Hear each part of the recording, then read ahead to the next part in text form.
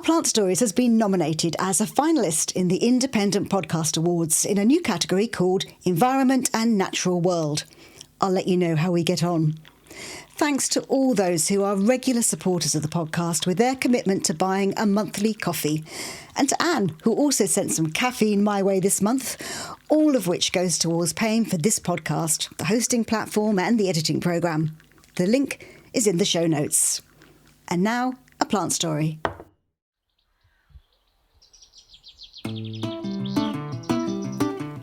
Welcome to Our Plant Stories, and one of my all-time favourite flowers, dahlias, which also, as it happens, links to one of my very early plant memories, and an aunt and uncle who had a small holding, and one of the things they farmed were dahlias. This is one of those plant stories where a passion for a plant just grows and grows.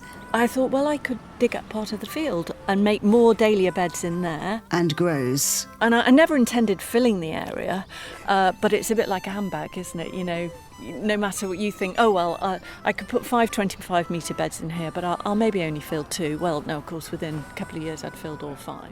But it's also about the relationship between those who grow the flowers and the creatives who design using the flowers. For me, it's like looking at a range of paints that you can choose the colours because there are so many of them, and also lots of different shapes and sizes. So to make a composition with those is just an absolute joy for me. And of course, we'll be learning from all that expertise on how we too can grow more dahlias. The inspiration for this plant story goes back a year when separately 2 friends contacted me and said, can you get to the Strawberry Hill Flower Festival? There must be amazing plant stories here. Sadly, I couldn't, but I made a mental note to find out more. And when I talked to Leigh Chappell and Jan Ford, who are the floral designers behind this festival, they led me to our plant story. So I'm Philippa Stewart of Just Dahlias, and I suppose I'm a flower farmer. Does that best describe what I do? Yes, and I'm passionate about dahlias, so I grow dahlias as cut flowers for fresh and dried. So, a plant story. Tell me your plant story about dahlias. Where does it start? How do you become a dahlia farmer? I suppose like most people, I got all excited in spring and I filled my garden with all these spring plants, and I suddenly found I got to July and the garden looked like it needed to be put to bed for the winter. And I literally had no flowers. July, all the green was gone from that lovely, bright, lovely, luscious green to a dark green and no flowers. So somebody did say to me, well, have you thought about dahlias? But my only experience of buying dahlias or seeing dahlias were the kind of thing that you see in the garage forecourt, where they're, I think it's called Edinburgh, the purple and white one, which I absolutely loathe, or the large acid yellow big-headed dahlias that the exhibition growers are so amazing at growing, but it wasn't my vision for what I wanted in the garden. However, this friend bought me a couple of dahlias, and so I thought, oh, well, I'll stick with it and pop them in the garden. And I couldn't believe that from one plant you could get non-stop flowers with minimal effort. Okay, all you have to do is a bit of deadheading, maybe a bit of feeding, and they would flower non-stop from August through September, through October, right up till the frost. So 3 months of flowering. And I'm northern, so I like value for money. So that to me was just, wow, this is incredible. And then when I started looking into it, and I realised there are thousands and thousands and thousands of different dahlias. There is a dahlia for somebody. Regardless, even if they don't like dahlias, there is a dahlia for somebody, because there are just so many different shapes and sizes that you can't imagine. So I was blown away, and the area that we're standing in at the moment is our orchard, we call it, because it's got the fruit trees in, and I have a small vegetable garden in here. And I used to grow vegetables in there, and as often happens with vegetable growing, you'd always find just as you go away on holiday, you'd have all the carrots ready, all the courgettes ready. So instead of having a glut of vegetables, once I found out about all the different dahlias that were available, I thought, well, actually maybe I'll just grow cut flowers in the vegetable garden this year, because having a glut of flowers is much nicer than having a glut of courgettes. So I couldn't agree more, actually. How big is that veg patch, do you reckon? I think I would say it was 8 metres by 24, something like that. I know I've pasted at some point. It might not be as much as 20. It might be 20, 8 by 20, something like that. Because I grow sweet peas around the outside of it, and I can get a 25 metre sweet pea net down the side and up the other end. So that's about the right side. And it's arranged in a pretty sort of diamond shape. The beds inside, they're all raised beds. So I calculated that I'd be able to grow about 60 or 70 dahlias in there. So at the time, the National Dahlia Collection sold rooted cuttings. Unfortunately, they don't at the moment. I think they may do again in the future, but they don't at the moment. And they just had thousands of varieties. So the problem was getting your shopping basket down to a reasonable number that, I think I started with 150 and knew that I had a maximum space for about 70. Hang on, so you went from just a couple of dahlias, yes, thinking these are lovely, yes, to over 100.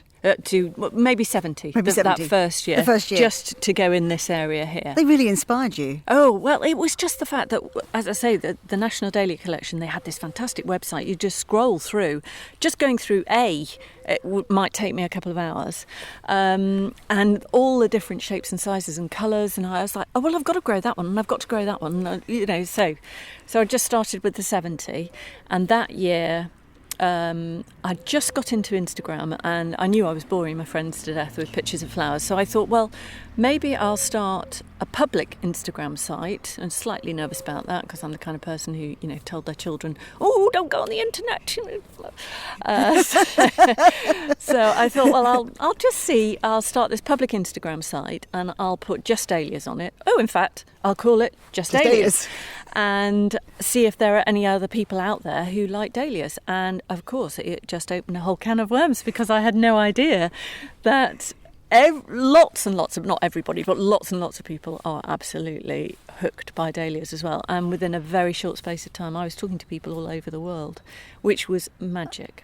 And I have to say, Instagram, from that point of view, connecting people and providing you with a shared platform to discuss your passions, absolutely unbelievable. And it's that real specialism, isn't it? You're able to just talk dahlias, where perhaps members of your family might slightly glaze over, but you found someone who shares that. Exactly. And they don't. And as I'd say to people, oh, you make me feel normal now, because they had the same kind of, oh my God, have you tried to do this? And have you seen this one? And have you seen that one? And so it was very eye-opening and a lovely thing to do. So I got to maybe the end of August that year and realised I was drowning in flowers. And so there were only 70 plants in there, but literally I was giving buckets away of flowers. I didn't have enough space in the house to put all the flowers that were coming.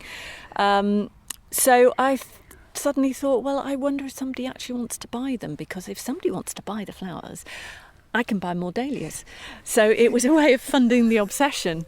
So I packed up the car, I just did random buckets of flowers, put them all in the boot of the car, and I drove to my local town. And it was when I opened the boot, and there's a florist called Bridget, and when I opened the boot and she went, oh! And I thought, ooh, I think I might be onto something here.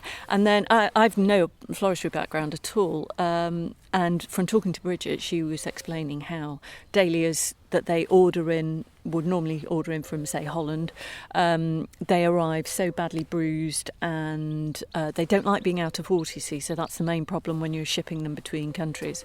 So she was saying, well, if I could have a local source that obviously I can deliver in water, as it were.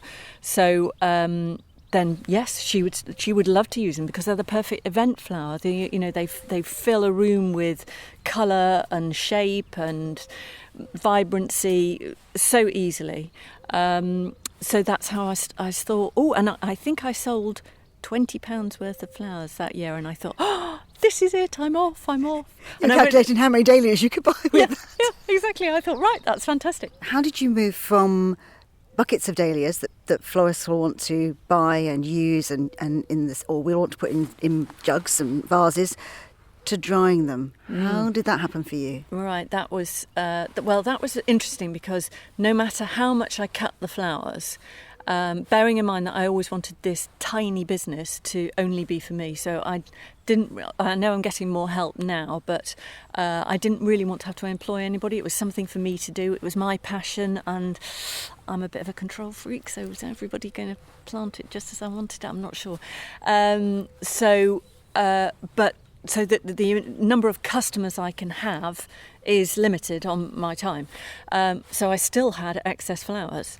So that's when I thought, I wonder if I could dry them. And that's, as I said to you earlier, I had hung a few up in the kitchen and was rather embarrassed by them, thinking, people will think, God, don't be ridiculous. Of course you can't dry dahlias. They're far too fleshy and they're not going to work, are they? But I just couldn't believe the results. They were... Well, in my view, they were absolutely beautiful. And then the drying process brings out a shape and a texture that's unbelievably different and very beautiful. And I was also told, by the way, the whites won't dry. Well, I found the whites dry beautifully. And when we go in later, hopefully I'll be able to show you. And so this was suddenly, I think I'm loving this. And I think with all things in the garden, you've got to do what you love. There's always, that was a golden rule of gardening I was told by my mother-in-law. Don't grow anything you don't like because you won't look after it. And then you'll feel wretched as it dies in the corner of the flower bed. So that is such good advice. Yeah, don't you think? Yes, I really do. I mean, I don't know about you, but I've even chosen the weaklings tomato plants thinking, no, this year it's your turn. It's your turn. But yes, no, you've got to grow what you love, and as I say, the drying. Well, the other thing is I'm quite a nervy person. I don't know if you can tell, and actually growing cut flowers is quite stressful. And I thought I would get less stressed about it as I got more experience, but actually I got more stressed about it because do you have 200 white dahlias on Thursday? I'd spend a week of sleepless nights thinking, what's the weather doing, blah, blah, blah. Do you have 200 white dahlias? Well, it's a yes or a no because I'm selling from stock. And also I find that my customers for my dried flowers, because they have more time as well, the whole experience is less stressy. And actually I have a very lovely working relationship with my dried customers where they will now say to me, it's this sort of colour palette, what do you think? And I'll literally be running around the house going, well, I've got this and I've got that. And what do you think about these two together? And we'll lay them out on the table. All this is via WhatsApp, the wonders of WhatsApp, modern technology. And then we'll come together with a collection based on what they can see from all the photographs. What do you love about dahlias? Oh, God. All the different shapes and variety, and they are the gift that keeps giving, because I've found from working with them, it's not just the dahlias from tubers, it's the drying, it's the growing from seed. So with the seedlings, the thing there, it doesn't matter to me if they don't flower until later on. All they need to do is flower once to show themselves, because it is a bit like having children. When they do show themselves, you think, well, you're not the best, but actually you are quite nice. And also the reason I've got into the seedlings is because everybody can grow dahlias. That's wonderful, but the seedlings produces unique plants. So what I want to do is produce my own unique series of dahlias, and with a view, always with the end game, is for drying those dahlias. So when you're growing from seed, there are dominant traits. For instance, the colour yellow tends to be quite a dominant trait. Well, for me, when I'm drying, lots of gardeners are a bit iffy about yellow. I don't know why, but when they're dried, yellow often goes to a most fantastic gold colour, and it can reveal itself in all sorts of other ways. So my end game is, will it be good as a dried flower? Not necessarily, is it perfect? Is the head at 45 degrees to the stem? I am not a professional grower. There are professional growers out there who I absolutely take my hat off to, but my end game is slightly different. I want to create a unique set of flowers that you can't get anywhere else. Hold that thought about those unique flowers. Philippa now has hundreds and hundreds of blooms, but I have absolutely no interest in arranging them myself. I know it sounds a bit strange, but then somebody likened me the other day to a baker. You know, I'm producing the bread, and now I want somebody else to go off and do something lovely with the bread. Enter floral designer Leigh Chappell. I mentioned Strawberry Hill at the start of this episode. It's a large Gothic villa in London, built in 1749 for Horace Walpole. And that is where Philippa took her bread. So, Leigh, I know that you and Philippa have worked together before. You did an installation on the staircase using Philippa's Dahlias at Strawberry Hill. Tell me more how that came about, how you worked together, how you planned it, and actually just how you even built it, frankly. I've seen that staircase, so I have a vision of you kind of abseiling somehow down the banisters. Well, what actually happened was that somebody else had been due to do the staircase but had to pull out at short notice. And Philippa and I were chatting and we were saying, oh my God, what are we going to do? And Philippa said, well, I have got all these dahlias. And for me, that was very exciting, very, very exciting. So Philippa basically went and picked one of each of her dahlias in the colour palette that we were talking about. And we, by Zoom, went through each of the shapes and colours, which was lovely. As I say, it's like painting with flowers. And then, lo and behold, once we'd chosen all the specimens that we thought would work, Philippa drove down the motorway with her people mover, absolutely packed to the gunnels of dahlias, and arrived with his car bursting full. And then we installed them, and basically we built a sort of structure of vases and put them straight into these cylindrical glass vases so that you couldn't really see the glass, but the dahlias were what you really saw. This sort of structure, this combination of vases was built up all the way up the stairs and along the landings, and going up to the top of the house. Can I interject there and say that on the day when Leigh phoned me and said, would I consider taking part in the Strawberry Hill Flower Festival, I was shaking with excitement. As I've said to you before, Sally, I feel I'm very much a grower. I feel once I've got my flowers in a bucket, that I feel I've done my job, and then I get very excited to see what people do with them. So the thought of Leigh Chappell and Jan Ford using my flowers at Strawberry Hill, it was beyond exciting. Then it was terrifying because I said to Leigh, well, what sort of colours do you want? And Leigh said, well, whatever you've got, we'll work with. Well, that was like, oh my God, where do I start? So I did, like you say, we had that day and it was chucking it down with rain. I don't know if you remember, but I remember. I do. Me running up and down the flower beds and you and Jan going, yes, oh, stop there, that one. And I got one of those, and then I took all the ones that you'd selected and laid them out on the floor in the garage. And then we had one of these glorious sessions, which I love, move top left out. Oh no, bring back in again. Oh right, now bottom right into, yes, keep that one.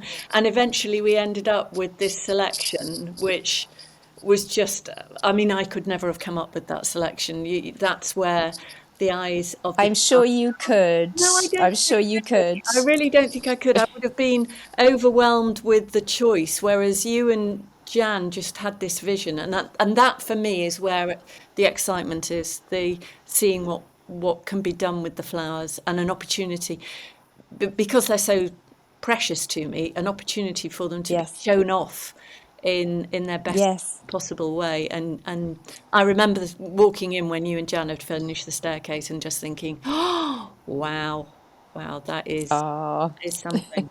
My favourite one of that whole display were those little Jasudi, what were they called? Jasudi Mercury. That's right. Still my favourite. Yeah. And you had it just lolling out of the alcove halfway up the stairs, and it just showed it off so beautifully. And Oh, honestly, I was brimming with pride. I really was. oh, well, we loved them. We loved them.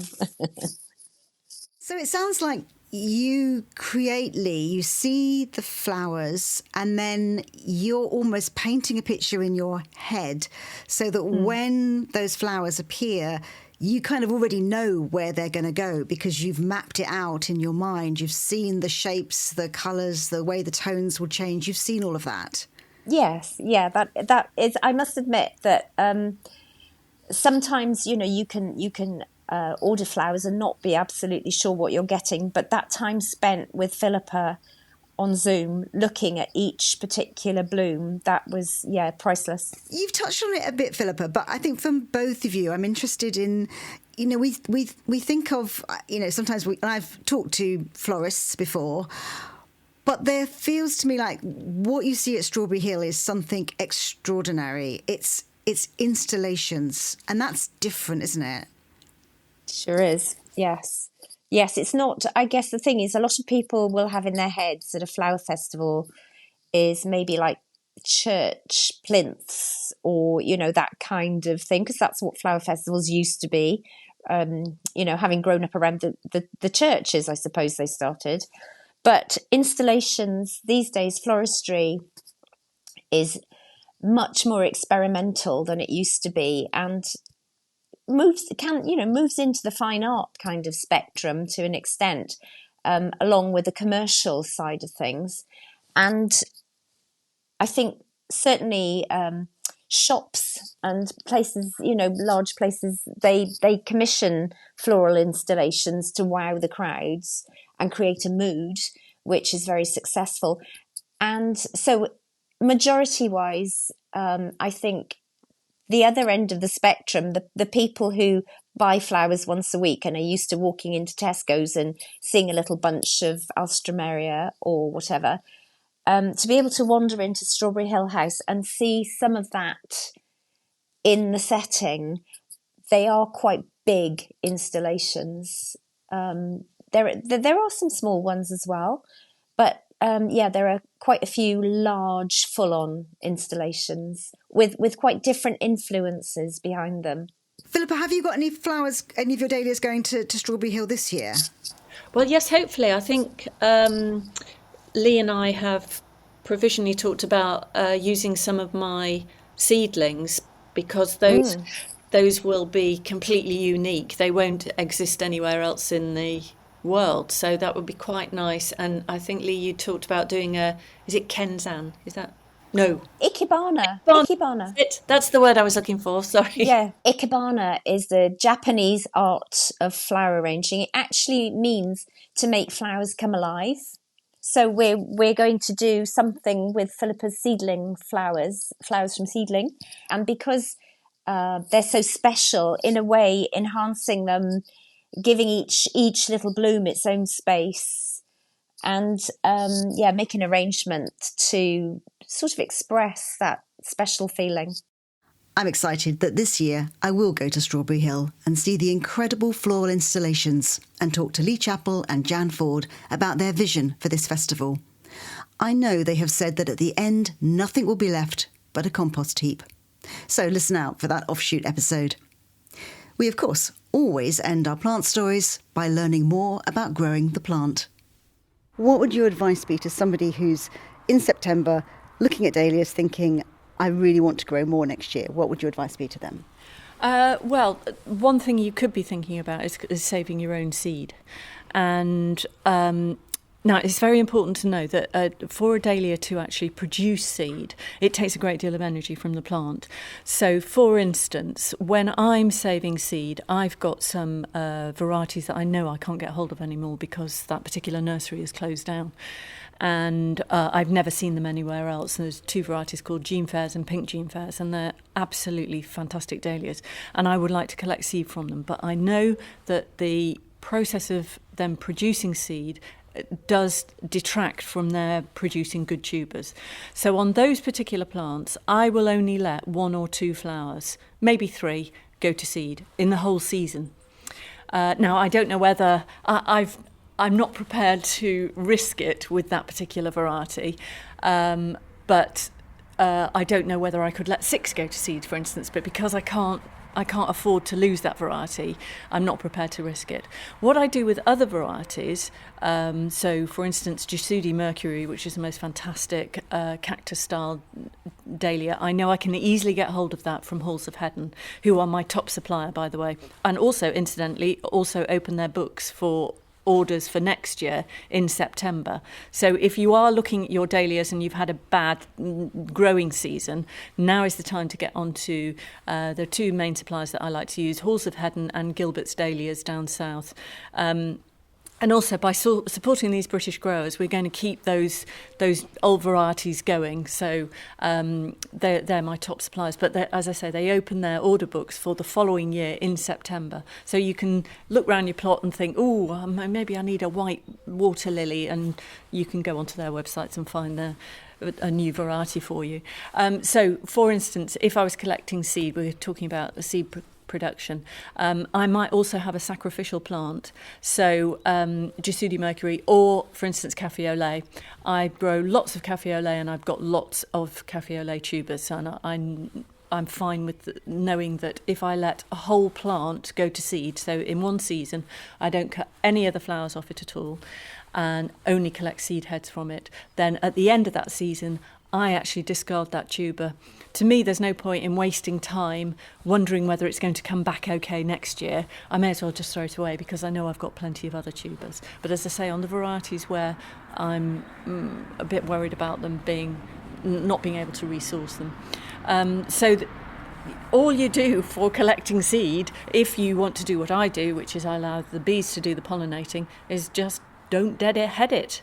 So leave the flower on the bloom. It will take 4 to 6 weeks to develop into a seed head. And these are all seed heads.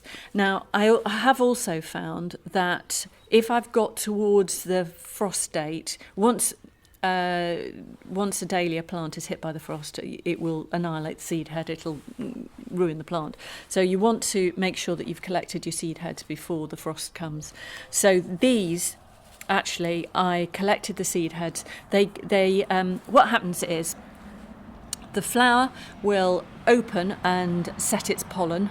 The bees will do the pollinating, and once it's set its pollen, that is a trigger for the flower to then start shedding its petals, and you'll notice that the flower will shed its petals. And then what happens is, I don't know what the technical name is for the back petals, but they sort of close round to the front of the plant and make a very cone-shaped seed head. And that tends to be green, and sometimes it has like a black centre, so you might think it's gone mouldy, but it hasn't. And there's a lot of moisture in there as well, so you need that all to dry out. But I have found that you can also, if I've collecting seed heads towards the end of the season, I've been able to cut those, bring them into the kitchen, put them in, say, a centimetre of water in a jam jar on my kitchen windowsill, and they dry out to be like this. And then you can collect the seed later. And sometimes I'll leave them like that for months. Well, so these are tiny little kind of blooms, aren't they? They look like little kind of, but opened up as these rather beautiful. They look gorgeous dried, actually. Yes. But these are your seed heads. Yes. I should take a picture for this as and well. And you can see the seeds in there. Wow. And dahlia seeds are they're the large black things inside, so they're very easy to harvest. So if you'd left it on the plant, Yes. you might leave it until you think the frost is going to come. You could leave it, Yes. or would you normally think? Well, I keep an eye on it as well, because if it dries out too much, it's going to do what this is doing, Just opening up, which is opening and starting to drop its petals, right? Drop its seeds. So you want to get it before. It will dry to this stage on the plant if it's had long enough, and so you want to get it before it starts dropping its seed on the floor, so you can harvest it yourself. You've really got to watch for the right moment, Yes. basically. Yeah, but you've got plenty of time. Don't worry, if you go away for a week, it's not suddenly going to disappear or whatever. And I find the best way of harvesting the seed is in a shoebox, and then that way, because you can see the seeds are actually quite big, aren't they? That's the seed there. Oh yes, there's not like a kind of tiny radish seed, is No, it? no, You can really see they're that. they're not tiny. No. Oh, let's drop now. Those are seeds there. So they're about 4, no, more than that, 6 millimetres by 1 millimetre. Yeah. So they're a decent They're size. a decent size. You can see them. Yeah. So and I've got hands the size of shovels, so that they're meant. I've always struggled with tiny seeds. So obviously another indication that dahlias are meant for me, because I can manage them with my huge, great big shovel hands. So that's. I would recommend that. Just keeping an eye on your seed heads, waiting for them to close up into this cone shape. A button-shaped flower bud is completely different from a cone-shaped seed head. How long do I keep them for, and when can I plant them? So I would then, if I've harvested the seed heads from the plant, I usually put them in jam jars. This one hasn't, but jam jars with the name of the variety where I've harvested the seed from, just because I like to know that kind of thing.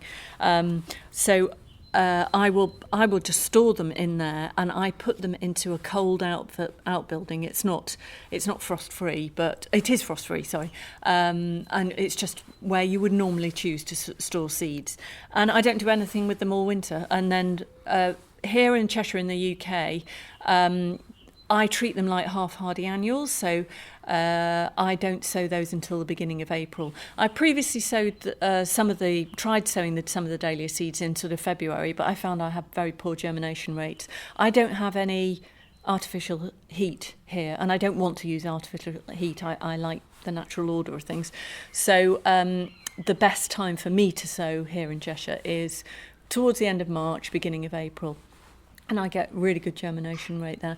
And the great thing about growing from seed is dahlia seedlings are very, very rampant. They just want to grow. So they really do grow very quickly. And the other great thing, which is a sustainability issue, people who grow dahlias will be aware that they do tend to suffer from viruses.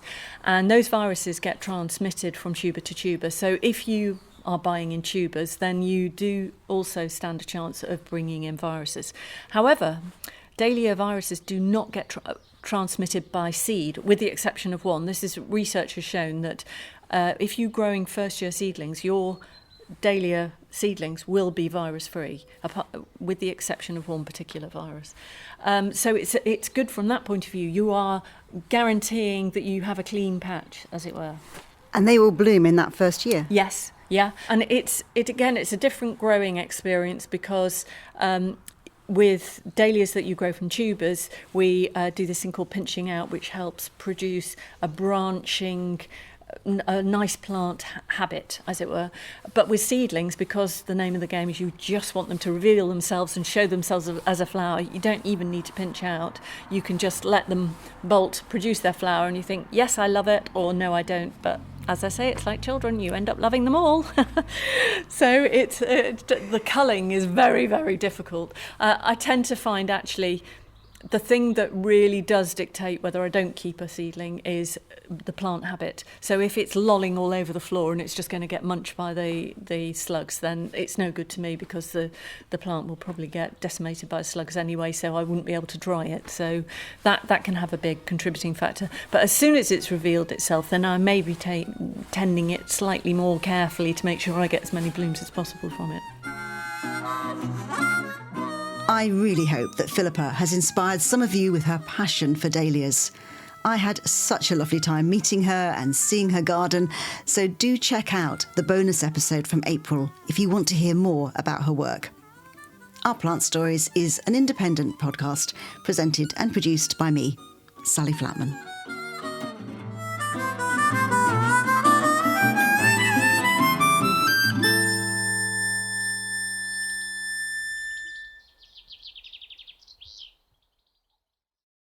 Thank you for listening.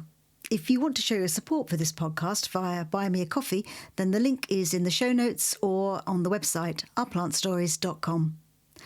I promise you, your virtual coffee will go towards the podcast, not plants.